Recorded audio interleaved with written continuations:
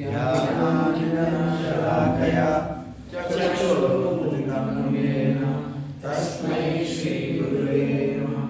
श्रीचैतन्यमनोभीष्टं स्थापितं येन भूतले स्वयं रूप कदामयं ददाति स्वपदान्तिकं वन्देऽहं श्रीगुरुं श्रीयुतपदकमलं श्रीगुरुं वैष्णवांश्च श्रीरूपं सागरजातं सगुणरघुनाथान्वितं तं सजीवं साद्वैतं सावधूतं परिजनसहितं कृष्णचैतन्यदेवं श्रीराधाकृष्णपादान् सहगणललिता श्रीविशाखान्वितांश्च।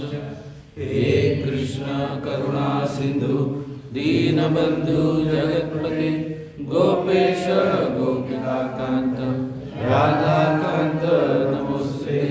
तप्त कांचन गौरांगी श्री राधे वृंदावनेश्वरी वृषभानुसुते देवी प्रणमामि हरिप्रिये। वाञ्छाकल्पतरुभ्यश्च कृपा सिन्धुभ्येव च पतितानां पावनेभ्यो वैष्णवेभ्यो नमो नमः। जय श्री कृष्ण चैतन्य प्रभु नित्यानंद श्री अद्वैत गदाधर श्रीवासादि गौर भक्तवृंद। हरे कृष्णा कृष्णा कृष्णा हरे हरे, हरे राम राम राम हरे हरे। हरे कृष्णा कृष्णा कृष्णा हरे हरे, हरे राम राम राम हरे हरे। हरे कृष्णा कृष्णा कृष्णा हरे हरे, हरे राम राम राम हरे हरे। गोपाल की जय, जय जय श्री राधे।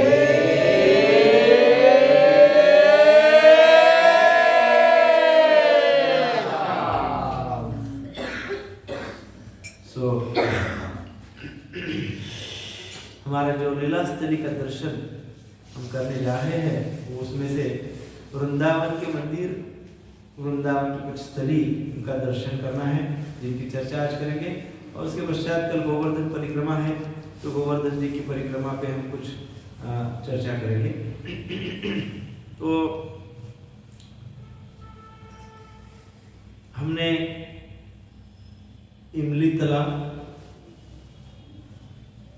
और क्या कालिया दाह और गौशाला इतना दर्शन किया है। अभी इसके पश्चात हम दर्शन करेंगे श्री निधुवन और सेवा कुंज वृंदावन में। निधुवन की पहले चर्चा करते हैं। निधुवन है या निधिवन? निधु कहा गया है, कोई लोग निधि भी कहते हैं, परंतु शास्त्र में जो शब्द उच्चारण किया गया निधुवन, निधु NIDHU। निधुवन का अर्थ ऐसा होता है, ऐसा वन जहाँ पे एमरस पास टाइम्स को क्या कहते हैं हिंदी में, सूरत क्रीड़ा या एमरस पास टाइम्स, राधा और कृष्ण के दोनों के ही पास टाइम्स, दोनों की लीलाएं वहां पे हुई है। कुंज लीलाएं और निकुंज लीलाएं, बड़ी माधुर्य है। कुंज लीला और निकुंज लीला एक जगह पे केवल राधा और कृष्ण की ही लीलाएं होती है। युगल रूप लीला, दिव्य युगल रूप जो है उन्हीं की लीला होती है कुंज। और निकुंज अर्थात जहाँ गोपियों के साथ सबके साथ वो सब गोपियों के साथ भगवान लीला करते हैं, है ना। One type of lila is very intimate lila, जहाँ पे उच्च कोटि के राधा तत्व और भगवान अर्थात कल जैसे हमने चर्चा की दोनों में कोई भेद नहीं है, वो उस स्तर पे वहाँ पे उस कुंज में लीलाएं करते हैं। तो निधुवन में कैसे पास टाइम से सूरत क्रीड़ा जिसको कहते हैं, एमरस पास टाइम्स। निधु अर्थात एमरस अर्थात very secret the topmost divine Krida. That is Nidhu. That's why they call it Nidhu. So वहाँ पे विशेषकर निधुवन में शयन विलास लीला होती है। शयन विलास लीला अर्थात राधा और कृष्ण उस समय उस निधुवन में रेस्ट करते, रात को नींद सो जाते हैं, एंड इतने डीप सोते हैं कि they forget to get up. तो शुक और सारी, शुक ये कृष्ण का तोता है एंड सारी राधा रानी का तोता है, तो फीमेल पैरेट। तो वो जब देखते हैं कि ये तो सो ही रहे हैं, दिव्य जोड़ा है ना, दिव्य युगल रूप, तो वो राधे राधे राधे राधे राधे राधे, सारिका कहती है राधे राधे राधे राधे राधे राधे, और शुक कहते हैं कृष्ण कृष्ण कृष्ण कृष्ण कृष्ण, तो राधे कृष्ण राधे कृष्ण राधे कृष्ण। ये शुक और सारिका इस प्रकार से उच्चारण करने से वो दोनों उठ जाते हैं। वो देखते हो स्वर्ग और सूर्य देव को आने के पहले अपने अपने कार्य पे लगना होगा, तो इस प्रकार की लीलाएं वहां पे होती है। एक दिन निधुवन में इसी प्रकार की शयन विलास लीला चल रही थी और राधा रानी को एक वेरी डिवाइन ड्रीम कहते हैं, एक दिव्य स्वप्न दिखा निधुवन में। और क्या देखा? उन्होंने देखा कि एक सुंदर नदी बह रही है। उस नदी के जो तट थे, किनारे दोनों, सो ब्यूटीफुल, बहुत सुंदर किनारे हैं उस नदी के। एंड हरे कृष्ण, एंड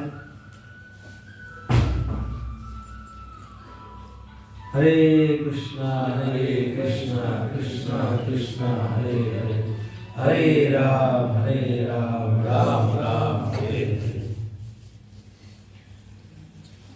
बहुत सुंदर तट है और उस तट पे एक सुंदर गांव जैसा है, सुंदर गांव, और एक युवक है उस गांव में। एक युवक उस गांव में रहता है, दिखने को अतिशय सुंदर, गौर वर्ण, गोल्डन कॉम्प्लेक्शन, एंड पूरे समय तक गाता है। स्वप्न देख रहे हैं राधा रानी, गा रहा है कृष्ण कृष्ण कृष्ण कृष्ण कृष्ण कृष्ण कृष्ण हे, कृष्ण कृष्ण कृष्ण कृष्ण कृष्ण कृष्ण कृष्ण हे, कृष्ण कृष्ण कृष्ण कृष्ण कृष्ण कृष्ण कृष्ण हे, राम राघव राम राघव राम राघव राम राघव, बोलिए बोलिए बोलिए, राम राघव राम राघव राम राघव। कृष्ण केशव कृष्ण केशव कृष्ण केशव कृष्ण केशव कृष्ण केशव कृष्ण केशव कृष्ण केशव कृष्ण केशव कृष्ण केशव। इस प्रकार से कृष्ण कृष्ण कृष्ण कृष्ण गाता है, गा रहा है और नाच रहा है, गा रहा है और नाच रहा है। कुछ समय के पश्चात वही युवक राधे राधे राधे राधे राधे राधे राधे राधे राधे ऐसा गा रहा है। कभी कृष्ण गा रहा है, कभी राधे गा रहा है, कभी कृष्ण गा रहा है। इस प्रकार का राधा रानी को स्वप्न दिखता है और फिर कीर्तन कर रहा है नाम का, कभी कृष्ण के नाम का कीर्तन, कभी राधा के नाम का कीर्तन, बहुत सुंदर मधुर स्वर में कीर्तन करता है और बहुत ही सुंदर नृत्य करता है। स्वप्न देख रही है राधा रानी। और कभी तो क्या करता है कि उस भावावेश में आकर अष्ट सात्विक भाव उसमें प्रकट होते हैं। और अष्ट सात्विक भाव प्रकट होने पे वो युवक क्या करता है? लोटन करता है, मिट्टी में लोटता है, लोटन करता है। ऐसा कोई एक युवक है, ऐसा स्वप्न में आया। सो राधा रानी कृष्ण को कह रही है, ऐसा स्वप्न मुझे दिखा। पता नहीं क्यों ये स्वप्न देखने के पश्चात हृदय में कुछ विस्मयकारी भाव उत्पन्न हुए राधा रानी के लिए। कौन साइलेंट करिए?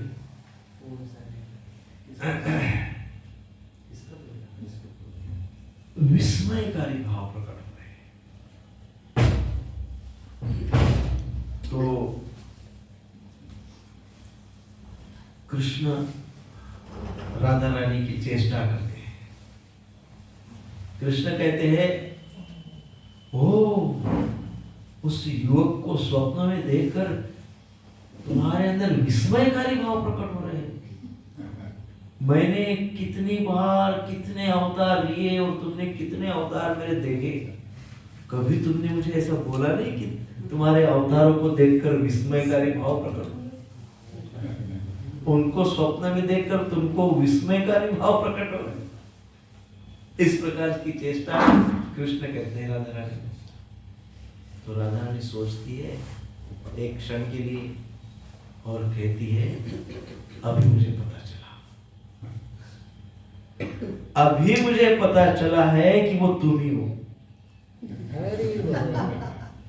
वो तुम ही हो। कृष्ण भावनामृत में भी इसका वर्णन है और बहुत सुंदर वर्णन है। तो अब पता ये चला है कि वो तुम ही हो। अब कुछ छुपाओ मत, जो भी कुछ है मुझे सीधे सीधे स्वप्न का अर्थ बताओ, क्योंकि वो हो तुम, इसमें कोई दो राय नहीं है। अब वो कौन हो, क्या हो, जरा कुछ समझाओ। तो कृष्ण क्या कहते हैं? कृष्ण हरे कृष्णा कृष्ण कृष्ण हरे हरे, हरे राम राम राम हरे हरे। तो राधा, दरवाजा बंद कर दीजिए। राधा रानी इस प्रकार से कहती है कृष्ण को, कृष्ण वो आप भी हो, क्योंकि मेरे मन को आकर्षित करने वाले और मेरे हृदय में विस्मित भाव उत्पन्न कराने वाले केवल आप ही हो सकते हो, कोई दूसरा हो ही नहीं सकता है। इसलिए वो आप ही हो, इसलिए बताओ इसका अर्थ क्या है। तब कृष्ण रिप्लाई, कृष्ण कहते हैं, क्या कहते हैं कृष्ण? कृष्ण कहते हैं, सर्वप्रथम तो कृष्ण अपने कौस्तुभ मणि में जो राधा रानी ने स्वप्न देखा वो पूर्ण स्वप्न फिर से दिखाते हैं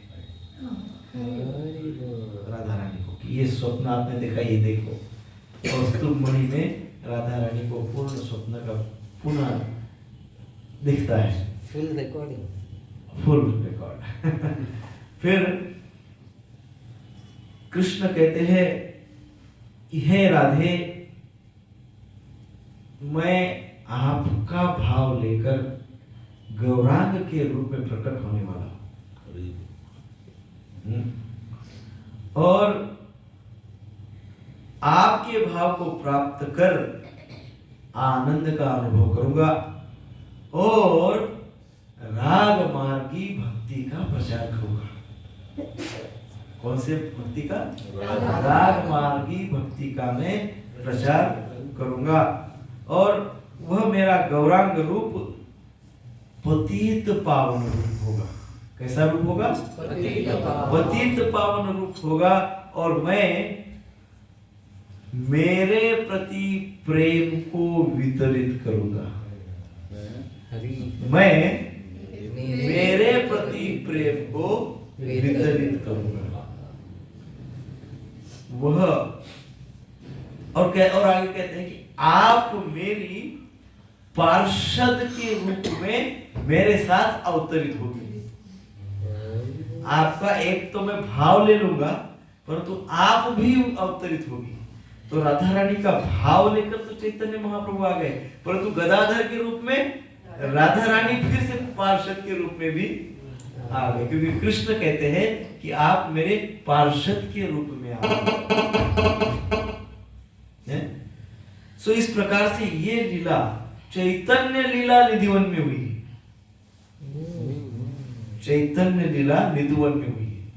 ऐसा जो स्वप्न राधा रानी को दिखा और कृष्ण ने कौस्तुभ मणि में स्वप्न दिखाया, इसमें चैतन्य महाप्रभु का रूप राधा रानी को दिखा।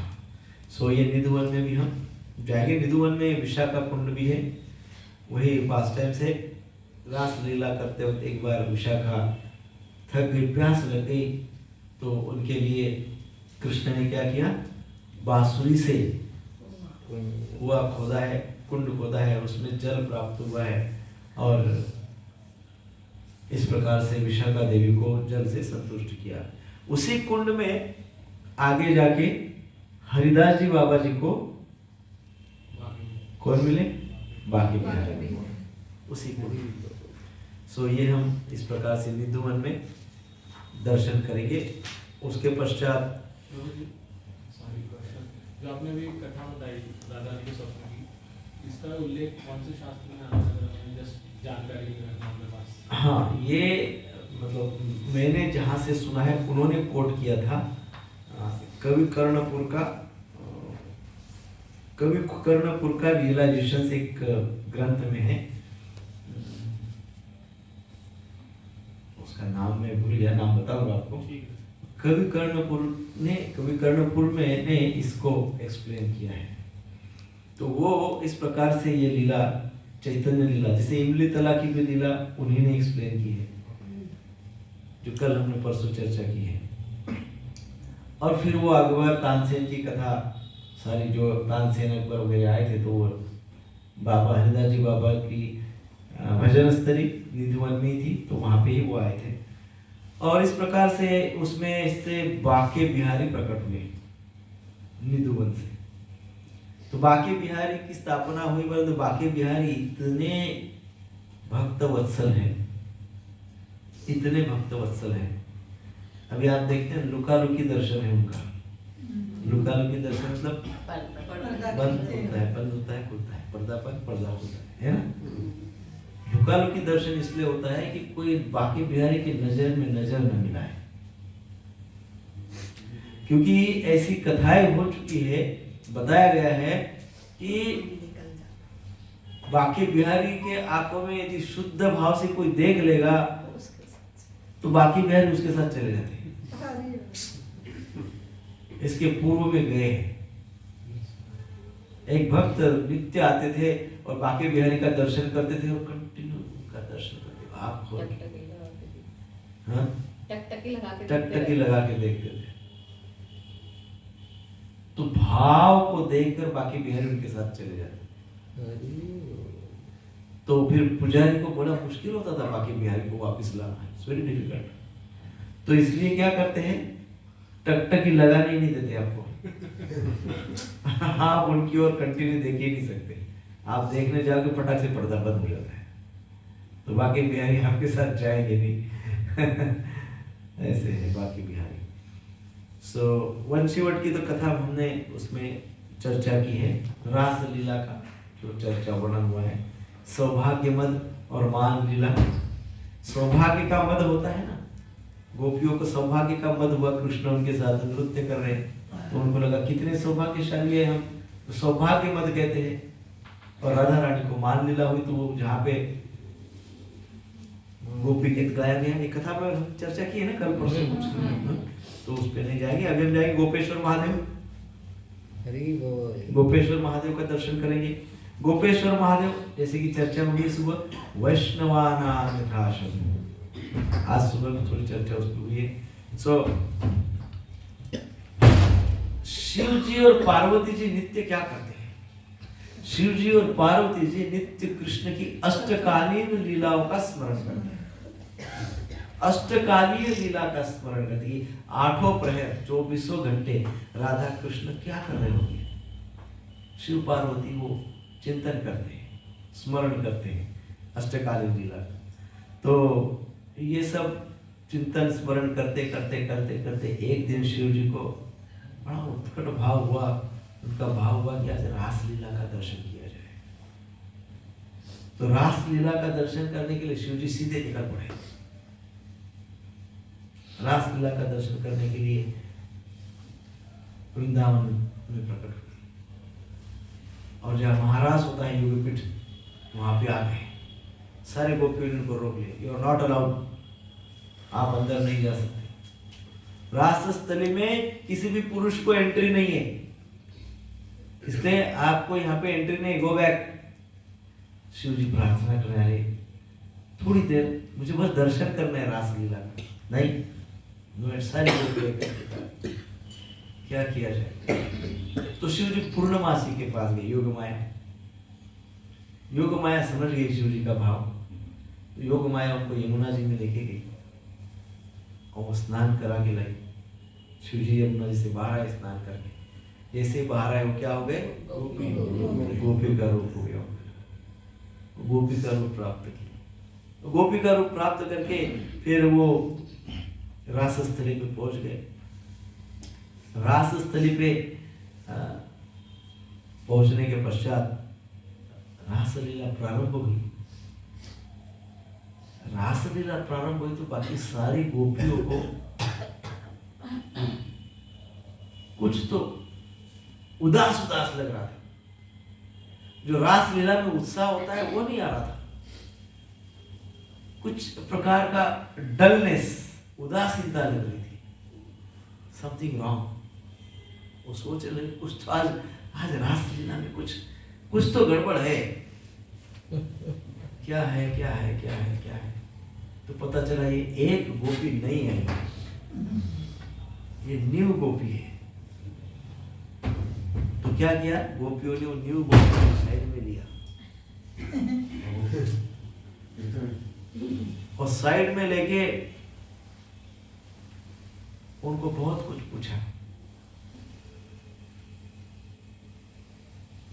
उनको पूछा तेरा गांव क्या है, तू कौन से गांव से आई है, तेरे माता का नाम क्या है, तेरे पिता का नाम क्या है, तेरे पति का नाम क्या है, तेरे पड़ोसी का नाम क्या है, कौन इसमें से तेरी पहचान की है। ये गोपी चुप। गोपियां चिढ़ने लगी, बता नहीं रही। फिर गोपी चुप। फिर अनेक प्रश्न पूछने लगी। तू यहाँ कैसे आई, तुझे यहाँ किसने लाया, तुझे इसके बारे में कौन बताया। इतने प्रश्न, इतने प्रश्न। वो चुप एकदम मक। तो गोपियों को गुस्सा आया, बोलती नहीं है। कोई इधर से चाटा लगा रही, कोई इधर से चाटा, बोल बोल। गोपी चुप, एकदम गोपी चुप। योग माया भी देख रही थी, कृष्ण भी देख रहे थे। कृष्ण ने देख लिया कि ये क्या हो रहा है। तो कृष्ण ने कहा अरे ये गोपेश्वर है, एक विशेष गोपी है, ये स्पेशली आई है आज दूसरे गांव से। आगे का इंट्रोडक्शन योग माया ने करवाया। कृष्ण ने नामकरण किया और आगे का इंट्रोडक्शन योग माया ने किया। तो गोपियों ने सोचा और होगी, अब जब ये बोल रहे तो फिर होगी, हमको कहाँ पता है। तो इस प्रकार से उन्होंने उनको एक्सेप्ट किया। और फिर वहाँ पे एक सुंदर श्लोक आता है। एक उस गोपेश्वर गोपी ने बहुत सुंदर उस रासलीला का दर्शन किया और उसके पश्चात भगवान श्री कृष्ण ने कहा कि जो भी कोई वृंदावन में आकर मेरा दर्शन करना चाहता है उसका दर्शन तभी यशस्वी होगा, उसको दर्शन तभी मिलेगा जब ये गोपेश्वर गोपी आशीर्वाद देगी। ये गोपेश्वर गोपी का आशीर्वाद और परमिशन लेके ही वृंदावन का दर्शन होगा, अन्यथा नहीं होगा। इसलिए गोपेश्वर गोपी का एक प्रणाम मंत्र है, गोपेश्वर गोपी का प्रणाम मंत्र गाना चाहिए। तो आप सब बोलिए मेरे पीछे।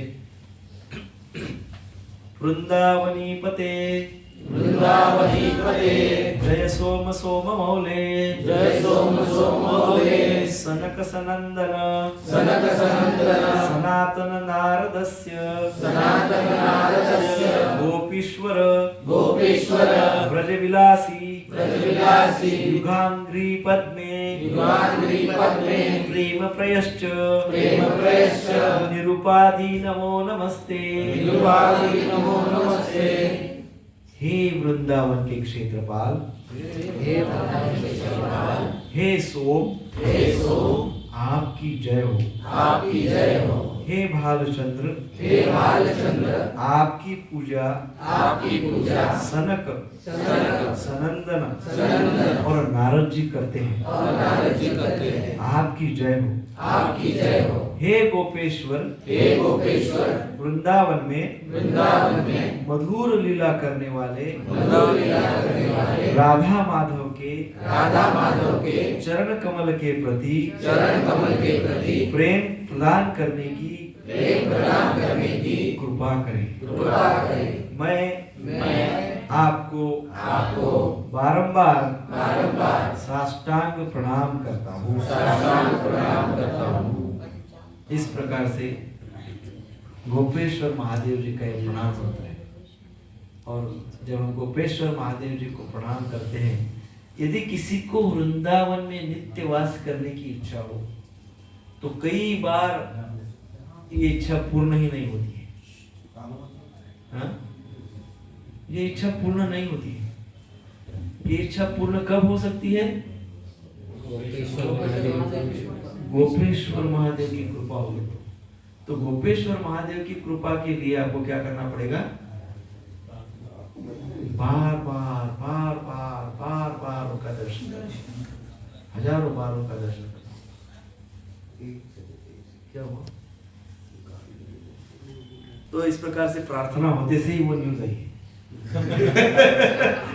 गोपेश्वर महादेव की प्रार्थना पूर्ण हुई और वो न्यूज आई है।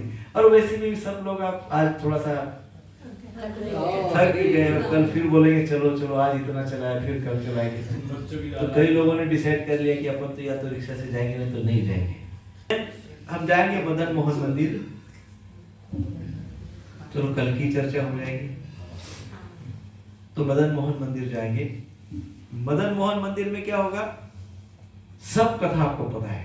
कम से कम 4-5 बार तो आप लोगों ने यात्रा की है। हमारे साथ ही 3-4 बार की होगी। एक आध बार आपने स्वयं या किसी और के साथ की। और सभी ने आपको इसकी कथा बताई होगी। तो कोई बता सकता है मदन मोहन की कथा थोड़ी थोड़ी सब मिलके?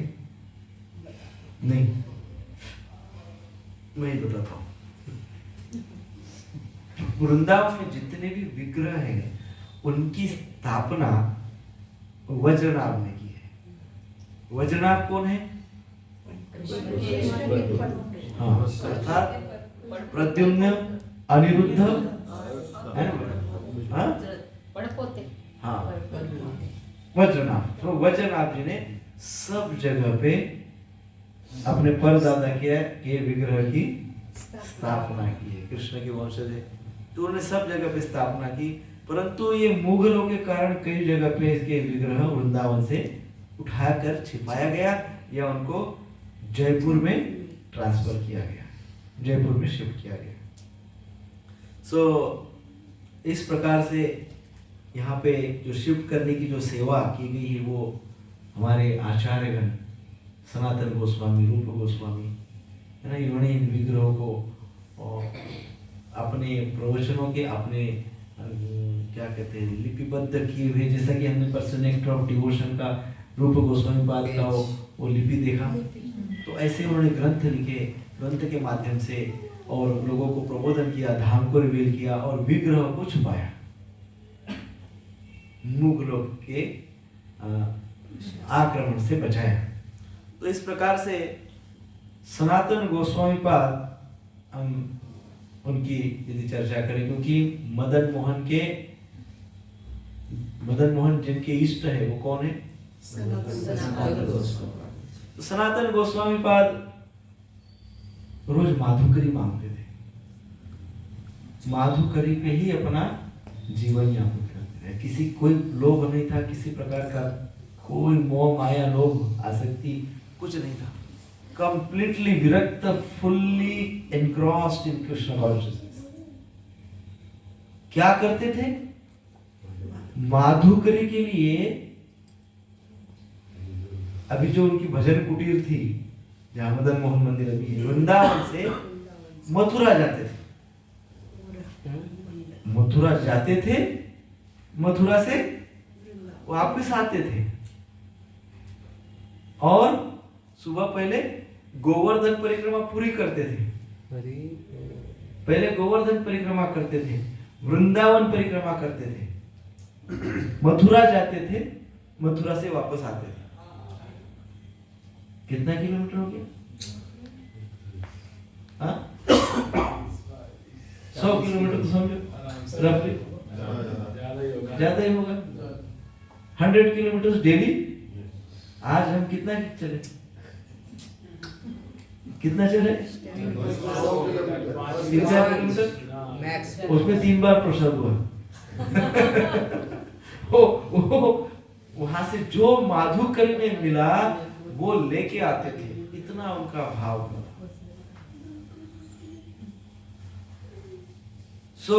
सनातन गोस्वामी पाद जिनके घर पे भिक्षा मांगने जाते थे, वो परशुराम कौन थे? चौबे। परशुराम चौबे, उनके घर पे रेगुलर से भिक्षा मांग के आते थे। हो गया व्यवस्था? हाँ, बस वो थोड़ा सा ब्रेकफास्ट का चेंज। वहां से भिक्षा मांग कर आते थे, भिक्षा मांग कर जो भी उनको आटा वगैरह मिलता था वो अपने कुटिया में लाते थे, और उसमें पानी डाल के गोला बना के सेक के खा लेते थे। है कि नहीं? हमारी परंपरा, गुरु परंपरा इसलिए हमको इंस्ट्रक्शन देती है। क्या इंस्ट्रक्शन देती है? गुरु परंपरा हमको इंस्ट्रक्शन देती है कि जीने के लिए खाओ, खाने के लिए मत जियो। है कि नहीं? जीने के लिए खाओ, खाना अनिवार्य तब तो हमारा जीवन रहेगा, इसलिए खाओ, पर खाने के लिए जीवन देना वो ठीक नहीं है। सो इतनी सादगी होनी चाहिए। तो एक दिन सुबह सुबह सनातन गोस्वामी पाद उनके घर पे पहुंचे भिक्षा मांगने के लिए। भिक्षा मांगने के लिए पहुंचते से ही वो देख रहे थे कि वो चौबे का लड़का और उसका एक मित्र वो गुल्ली डंडा खेलते थे। तो गुल्ली डंडा खेलते खेलते चौबे का लड़का जब हार जाता था तो ये उसका जो मित्र था वो उसके कंधे पे बैठ के उस गोल गोल घुमाता था उसके कंधे पे बैठ के, और जब वो हार जाता था, कौन? वो मित्र। जैसे ही वो हार गया गुल्ली डंडे में, तो तुरंत दौड़ के वो मदन मोहन मंदिर में जाता था, और वो मदन मोहन जी का जो विग्रह था उसमें समा जाता था। समा जाता था उसमें, एब्सॉर्ब हो जाता था। सनातन गोस्वामी पाद ने एक दिन देखा, फिर दूसरे दिन गए, फिर दूसरे दिन उन्होंने देखा वही बात। वो मदन मोहन से एक लड़का निकलता है, वो उसके साथ खूब खेलता है चौबे के लड़के के साथ, और जब चौबे का लड़का हारता है तो उसके कंधे पे बैठ के खूब कूदता है, घुमाता है, और जब चौबे का लड़का जीतता है तो भाग जाता है वहां से और विग्रह में अपसार हो जाता है। तो ये सनातन गोस्वामी बोले ये तो बड़ा नटखट है। और दूसरी ओर सनातन गोस्वामी दूसरा पिक्चर देख रहे हैं, दूसरी ओर क्या हो रहा है कि वो चौबे जो है माता जी, चौबे माता जी, वो सुबह सुबह बच्चों को भूख लगती है बहुत, दोनों बच्चे एकदम कटोरा लेके बैठे हैं, भूख लगी है। चौबे अपने दातुन, पहले नीम का दातुन होता था, वो ऐसा नीम का दातुन कर रही, दातुन करते करते नीम को ऐसे रख दिया लकड़ी को, और उसने चूल्हे पे बर्तन पे खिचड़ी रखी हुई है, तो खिचड़ी ऊपर हो रही है और इधर दांत मांज रही है, खिचड़ी बन रही है, दांत मांज रही है, खिचड़ी बन गई, फिर वो दातुन ऐसा निकाल के ऐसे ही फेंक दिया, अरे खिचड़ी बन गई, तुरंत वो कटोरे में लिया, अरे इतनी गरम खिचड़ी, अरे लाला को तो चटको लगे वो तो क्या करना चाहिए, वो अभी मुंह नहीं धोई, दातुन किया नीम के लकड़ी से, अभी मुंह नहीं धोया, बच्चों को भूख लगी खिचड़ी गरम है, उसी से फूक मारी और बच्चों को दे दी खिचड़ी खाने, और बच्चे बड़े चाव से खा रहे, उनका खुद का बच्चा और वो मदन मोहन वो भी चाव से एकदम खा रहे। सनातन गोस्वामी ने ये देख लिया, अरे अरे अरे ये क्या हो रहा है, वेरी बैड। हाँ, हमारे इस्कॉन में तो बिल्कुल नहीं चल रहा है, शुद्धता चाहिए। सनातन गोस्वामी दूसरे दिन एकदम जल्दी पहुंच गए और वो चौबे को बोला, व्हाट इज दिस, ये क्या करती हो? कुछ शुद्धता प्रसाद जब सुबह लेते हैं तो पहले स्नान करके कुकिंग करना चाहिए, बिना स्नान किए हुए कभी वो क्या कहते हैं उस किचन में स्वयंपाक घर में प्रवेश भी नहीं करना चाहिए। वो बेचारी शादी वो सनातन गोस्वामी को प्रणाम की, बोले गलती हो गई बाबा जी, कल से मैं है ना स्नान करके करूंगी। बोले ठीक है। सनातन गोस्वामी गए चौथे दिन देखने के लिए कि सही कर रही है कि फिर से वही गड़बड़ है, गए देखने के लिए तो माता जी तो अभी स्नान कर रही थी और बच्चे भूख लगी मैया खाने को तो भूख लगी हाथ में कटोरा लेकर दोनों बैठे और मैया तो आराम से अभी स्नान कर रही है। अभी स्नान करेगी, बाहर आएगी, चूल्हा जलाएगी, बर्तन रखेगी, दाल चावल छोकेगी, अरे कितना करेगी, बच्चे रो रहे हैं। सनातन गोस्वामी से ये देखा नहीं गया, बहुत दुख हुआ, बहुत ही दुख हुआ, अरे मेरी वजह से बेचारे बच्चे भूखे हैं। तो मैया जैसे आई बाहर, गोस्वामी सनातन गोस्वामी को भिक्षा देने के लिए, तुरंत सनातन गोस्वामी कहने लगे, मैया तू जो करती है वैसा ही कर मैंने जो बोला वो मत कर, तू जो करती आ रही वही कर, बच्चों को भूखा मत कर, तुम खिलाओ उसको, पहला खिलाओ और इतना बोल के सनातन गोस्वामी पीछे मुड़ के जाने लगे। तो जो मदन मोहन था वो दौड़ के गया, बाबा जी मुझे आपके साथ आना है। बाबा जी ने देखा, मेरे साथ आके क्या कर बोला ना, मैं कैसे पाल ले जाऊंगा, मैं तो बूढ़ा, मैं तो वृद्धावस्था में आया हूँ, मैं कैसे ले जाऊंगा, मैं कैसे तुमको खिलाऊंगा, मैं तुम्हारे चोंसले नहीं पूरे कर सकता, इतना 24/7 तुम्हारे पीछे तुम्हारी सेवा में यशोदा मैया लगी रही, उसको तुमने हैरान किया तो मैं उसके सामने क्या हूँ, मेरे साथ आओगे तो मैं तुम्हारा इतना सब पंच पकवान मैं नहीं खिला सकता हूँ, मैं तो वैरागी बाबा हूँ। नहीं बाबा मुझे आना है, बालक मान ही नहीं रहा, आना है, ठीक है। बाबा बड़े मुश्किल से हाँ बोले, तो मदन मोहन बोला आप सीधे चलो, पीछे देखो मत, जहां पीछे देखोगे मैं वहीं रुक जाऊंगा। तो सनातन गोस्वामी बात ठीक है, सीधे चलते यहाँ तक आए जहाँ भी मंदिर है भजन स्थली, वहां पे आगे पहुंच गए। सनातन गोस्वामी वहां पहुंचे, बैठे ऐसे पीछे देखे तो वो जो मदन मोहन वहां से आया वो यहाँ आकर पूर्ण विग्रह का रूप ले लिया, वो है मदन मोहन। तो राधा मदन मोहन जी की जय। तो इस प्रकार से विग्रह जो वृंदावन में है उनकी बहुत दिव्य लीलाएं हैं। अब आ तो गया, बैठ तो गया विग्रह के रूप में। अब बाबा जी रोज आटे का गोला बनाते थे उसको भोग लगाते थे और वो खा लेते थे। तो मदन मोहन 2-4 दिन खाया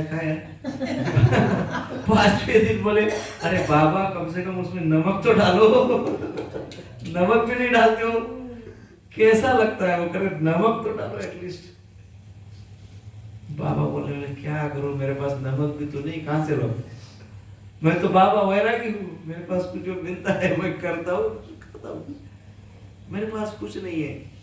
आज ऐसा है लाला, तू आज मेरे को नमक मांग रहा है, कल मेरे को और कुछ मांगेगा, परसों बोलेगा रसगुल्ला चाहिए, फिर कहेगा गुलाब जामुन चाहिए, फिर कहेगा संदेश चाहिए, फिर कहेगा कचौरी चाहिए, मैं कहाँ से लाके दूंगा?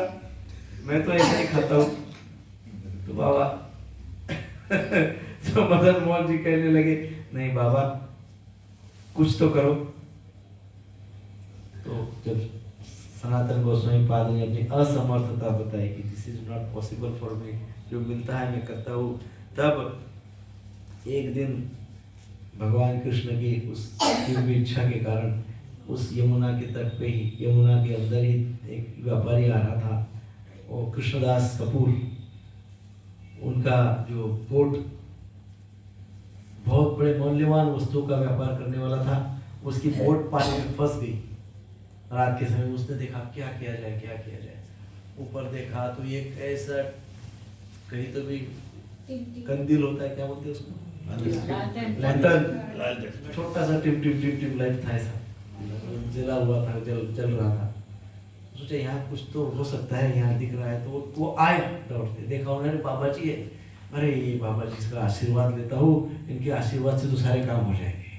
उन्हें बाबा जी को प्रणाम किया, मदन मोहन जी को प्रणाम किया, देखकर एकदम भाव उसके अंदर उमड़ पड़ा और कहने लगा कि बाबा जी मेरी ये सब फंस गई है नाव, आप मुझे आशीर्वाद दे, मेरा व्यापार ठीक से चले, ये नाव मेरी छूट जाए। तो बाबा जी मदन मोहन जी ने सब सुन लिया। सनातन गोस्वामी पाद कहने लगे मैं तो मदन मोहन जी की सेवा में हूँ, मेरे पास तो कुछ है नहीं, परंतु मैं इनकी सेवा करना चाहता हूँ। यदि इन्होंने सुन लिया तो तुम्हारे काम हो जाएगा, इन्होंने नहीं सुना तो तुम्हारा काम नहीं होगा। तो उसने, वो व्यापारी कहता है यदि मेरी सारी नाव इसमें से निकल गई तो मैं यहाँ पे मदन मोहन जी के लिए बड़ा मंदिर का निर्माण कर दूंगा और उनकी सारी सेवाओं का मैं सेवा स्वीकार करूंगा, ऐसा बोला। फिर क्या हुआ, जैसे ही वो नीचे गया, बिना कुछ प्रयास के सारी बोट वो उसमें से निकल गई। और फिर जो आज हम मंदिर देखते हैं वो बड़ा विशाल मंदिर है, भव्य मंदिर, तो उनका दर्शन करने हम जाएंगे। मदन मोहन जी अर्थात कौन? मदन मोहन जी अर्थात संबंध आदिदेव, संबंध के आदिदेव। अर्थात यदि हम भगवान से संबंध हमारा दृढ़ करना चाहते हैं तो मदन मोहन जी की कृपा हमको चाहिए, है ना? क्या प्रणाम मंत्र है? बोलिए बोलिए बोलिए, जोर से।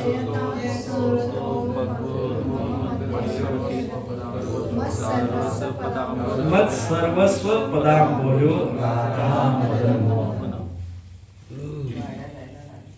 मैं उनके चरण कमलों पे शरण होता हूँ, क्योंकि मत सर्वस्व, वो मेरे सर्वस्व है, वो मुझे आश्रय देने वाले हैं। तो इस प्रकार से मदन मोहन जी के दर्शन के पश्चात हम जाएंगे गोविंद देव। संबंध अर्थात वो कृष्ण से हमारा संबंध हम दृढ़ करने का प्रयासरत रहते हैं, तब हमको मदन मोहन जी का आशीर्वाद चाहिए। फिर गोविंद देव, गोविंद देव किनके इष्ट है? रूप गोस्वामी। तो रूप गोस्वामी पाद सेवा कुंज में नित्य साधना करते थे, अपना जप तप सब करते थे।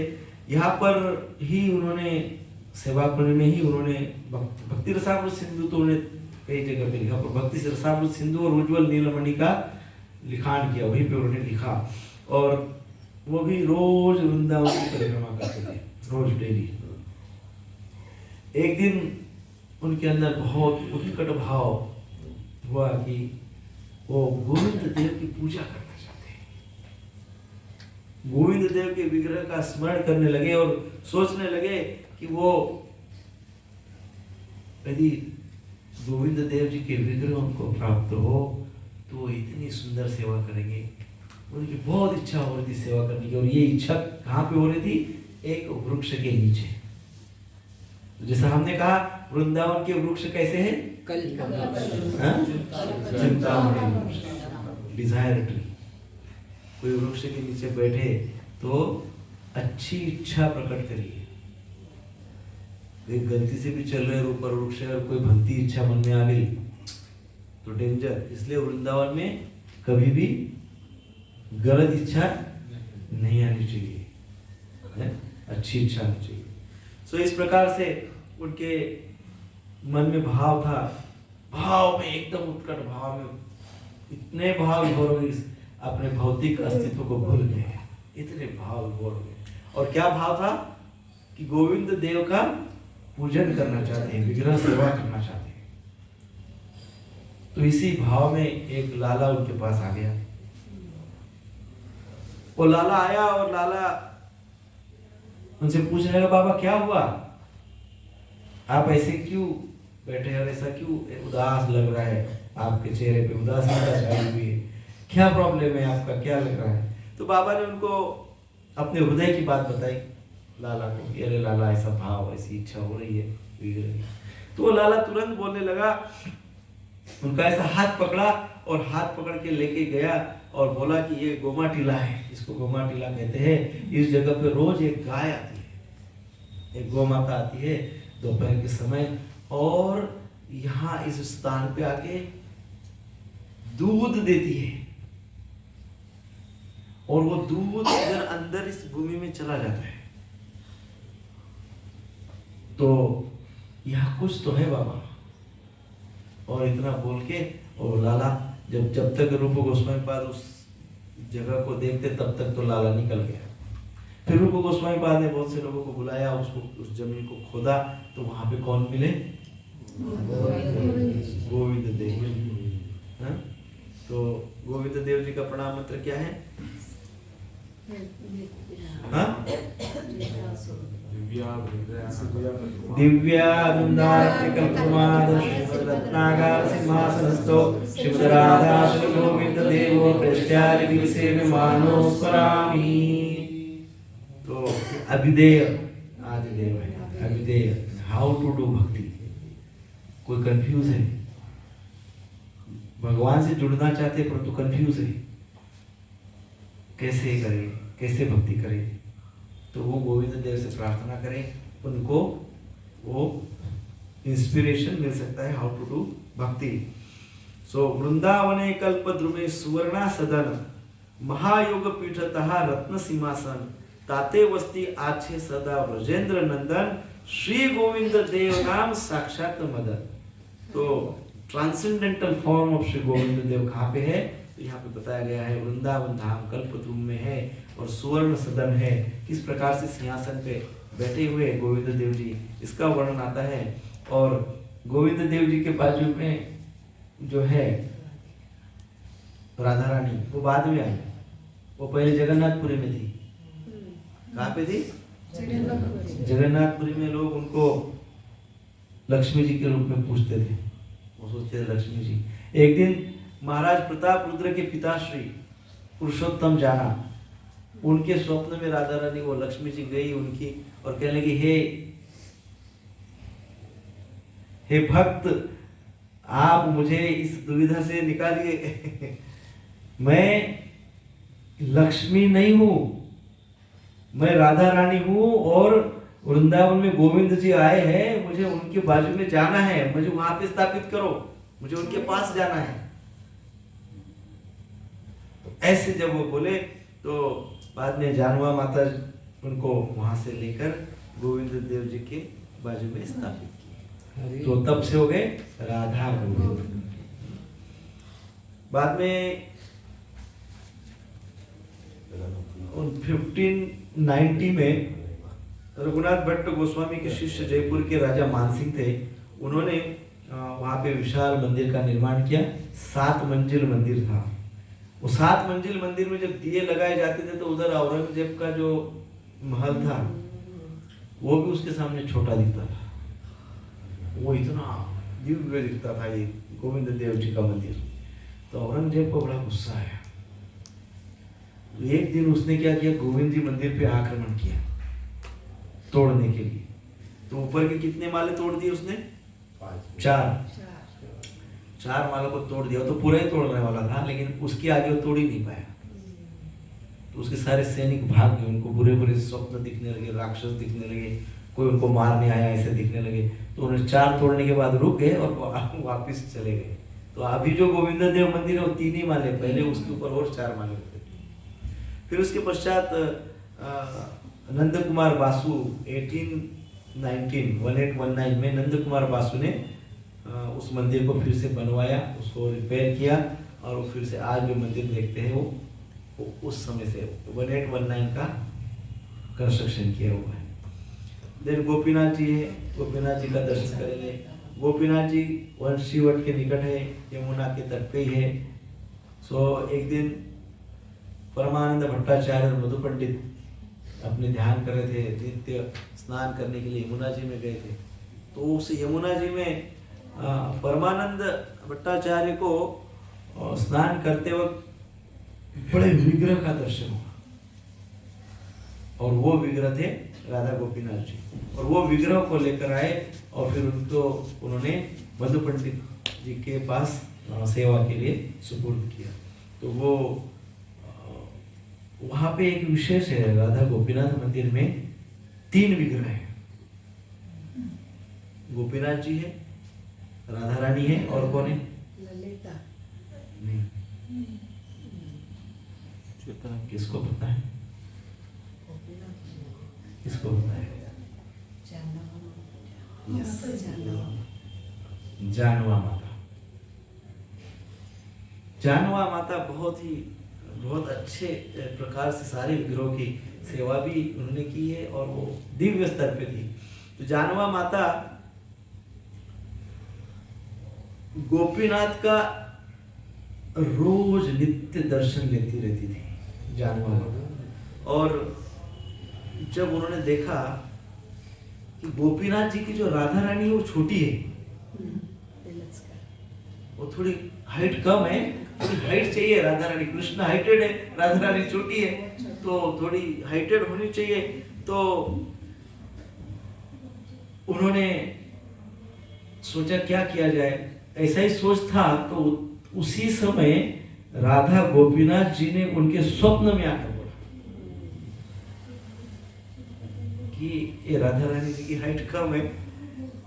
गोपीनाथ जी बोलने लगे, ये राधा रानी की हाइट कम है, इनको थोड़ा हाइट बढ़ाओ है ना। तो भक्तमाल ग्रंथ में इसका वर्णन है, इस ये पास टाइम का। तो जानवा माता के ने उस प्रकार से सब अरेंजमेंट की, और फिर वहाँ पे वो गोपीनाथ जी को सुटेबल राधा रानी का स्थापित किया गया।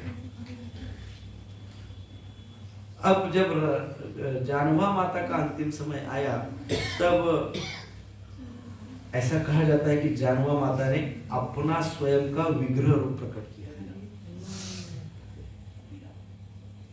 और वो जो पृष्ठ है वहां के, उनको स्वप्न दिया कि ये जो विग्रह है जो उन्होंने प्रकट किया है वो गोपीनाथ जी के गर्भगृह में रखा गया। तो वो विग्रह पहले राइट साइड में रखा गया था गोपीनाथ जी के, क्योंकि वहां के पुजारी सोच रहे थे कि नहीं राइट साइड में रखेंगे, लेफ्ट साइड तो राधा रानी की स्थान। परंतु गोपीनाथ जी वो पुजारी के स्वप्न में जाकर उनको साक्षात्कार दिए, राधा रानी को मेरे राइट साइड में रखो और जानवा माता को मेरे लेफ्ट साइड में रखो। बताइए आप। और कहने लगे कि शी इज माय अनंग मंजरी, वो अनंग मंजरी है, तो उनको मेरे लेफ्ट साइड में रखो और राधा रानी को राइट साइड में। सो गोपीनाथ जी में हम जाएंगे तो इस प्रकार का दर्शन है, राइट साइड में राधा रानी, कहीं पे भी ऐसा नहीं है। वहां पे राधा रानी राइट साइड में है, एंड अनंग मंजरी जानवा माता लेफ्ट साइड में है। तो इस प्रकार से हम वहां पे दर्शन ले सकते हैं। फिर राधा दामोदर मंदिर वेरी फेमस, क्योंकि श्रील प्रभुपाद जी राधा दामोदर मंदिर में अनेक वर्षों तक रहे, अनेक ग्रंथ लिखे, और श्रील प्रभुपाद इन दामोदर टेम्पल एक छोटा सा ग्रंथ है, उसमें है कि कैसे सारे षड गोस्वामी प्रभुपाद जी को मिलते थे वहां पे in Radha Damodar temple. Prabhupada used to see them, Prabhupada used to hear from them. Prabhupada ji इसलिए बोलते कि मैंने कोई भी बुक नहीं लिखा।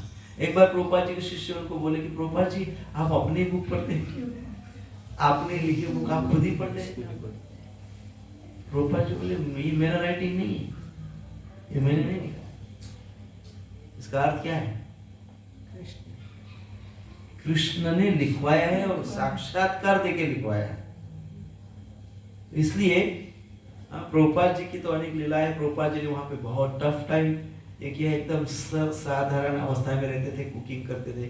वहां पे प्रभुपाद कक्ष है, प्रभुपाद रूम है, उस मंदिर में हम प्रभुपाद रूम का भी दर्शन कर सकते हैं, प्रभुपाद जी भी का भी दर्शन कर सकते हैं। और उसी मंदिर में सनातन गोस्वामी पाद जी का भी भजन कुटीर था। तो एक दिन भगवान कृष्ण ने उनको बोले कि बाबा अभी बहुत हो गया, इतना परिक्रमा क्यों करते?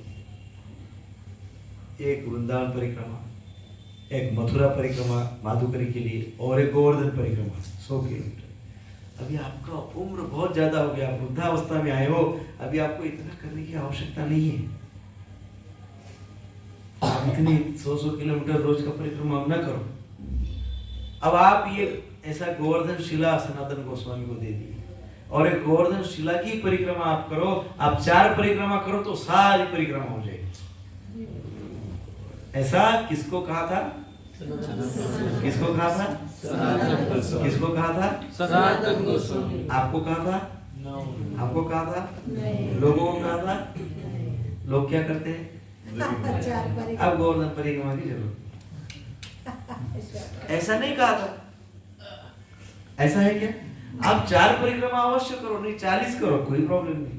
पर जब आप ऐसा सोचते हो कि अब हमको उधर जाने की जरूरत, तो ये जो भाव है, ये भाव ठीक नहीं है, ये शुद्ध भाव नहीं है, ये सिंसियर भाव नहीं है ना। सो ऐसा नहीं होना चाहिए। 4 परिक्रमा भी करना चाहिए, प्रणाम भी करना चाहिए, और ज्यादा भी परिक्रमा करना चाहिए। पर हमने एट दिस एज हमसे पूरी परिक्रमा करनी चाहिए, गोवर्धन जी परिक्रमा करनी चाहिए, वृंदावन परिक्रमा करनी चाहिए, है ना।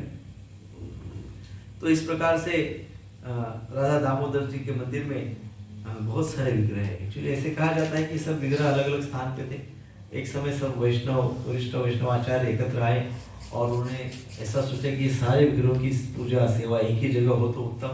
तो सभी वो विग्रह फिर एक जगह रखे गए और उन सबकी वहाँ पे पूजा होती है। राधा दामोदर मंदिर में राधा वृंदावन चंद्र है, राधा छैल चिकनिया है, राधा माधव है, और फिर पीछे जीव गोस्वामी पाद की समाधि है, कृष्णदास कविराज जी की है ना, बहुत सारे समाधि मंदिर में है। तो उनका भी हम दर्शन करेंगे। फिर राधा रमन जी के विषय में तो प्राय सब जानते हैं। राधा रमन जी का ही विग्रह जो है वो स्वयंभू है और एज इट इज आज ऐसे ही है। तो राधा रमन जी का दर्शन अवश्य करना चाहिए।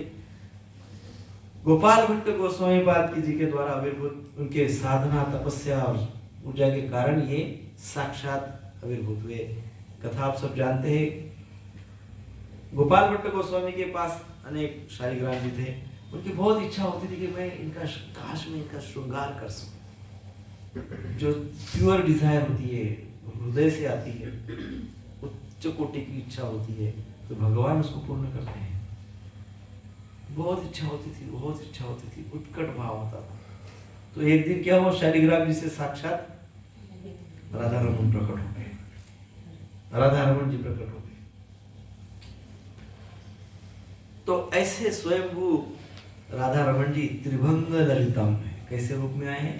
त्रिभंग ललित, 3 जगह पे तेड़े हैं, त्रिभंग ललित है। और जैसे ही इस भाव में वो प्रकट हुए तो रूप गोस्वामी पाद ने उनका इतना सुंदर श्रृंगार किया। पहले तो उनका अभिषेक किया, फिर उनका बहुत सुंदर श्रृंगार किया, और फिर उनका सुंदर झूलन प्रोग्राम किया, स्विंग फेस्टिवल, झूलन करवाया उनको। इतनी सुंदर सेवा गोपाल भट्ट गोस्वामी ने उस समय की। आज भी यदि कभी अवसर मिले तो राधा रमन जी का बैक साइड, पीछे से यदि राधा रमन जी का दर्शन करेंगे तो हमको साक्षात शालिग्राम शिला ही दिखती है। Back side of the Radha Raman ji is just like a shaligram शिला, क्योंकि शालिग्राम शिला से उत्पन्न हुए। और फिर जैसा कि हमने देखा है उनका जो जो मुख है, मुख जो दिखता है वो श्री गोविंद जी देव जैसे दिखता है।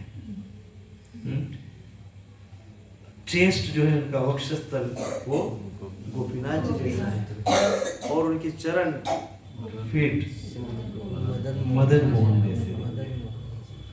तो तीनों तत्व एक ही डीटी में राधा रमन जी में। तो राधा रमन लाल की जय।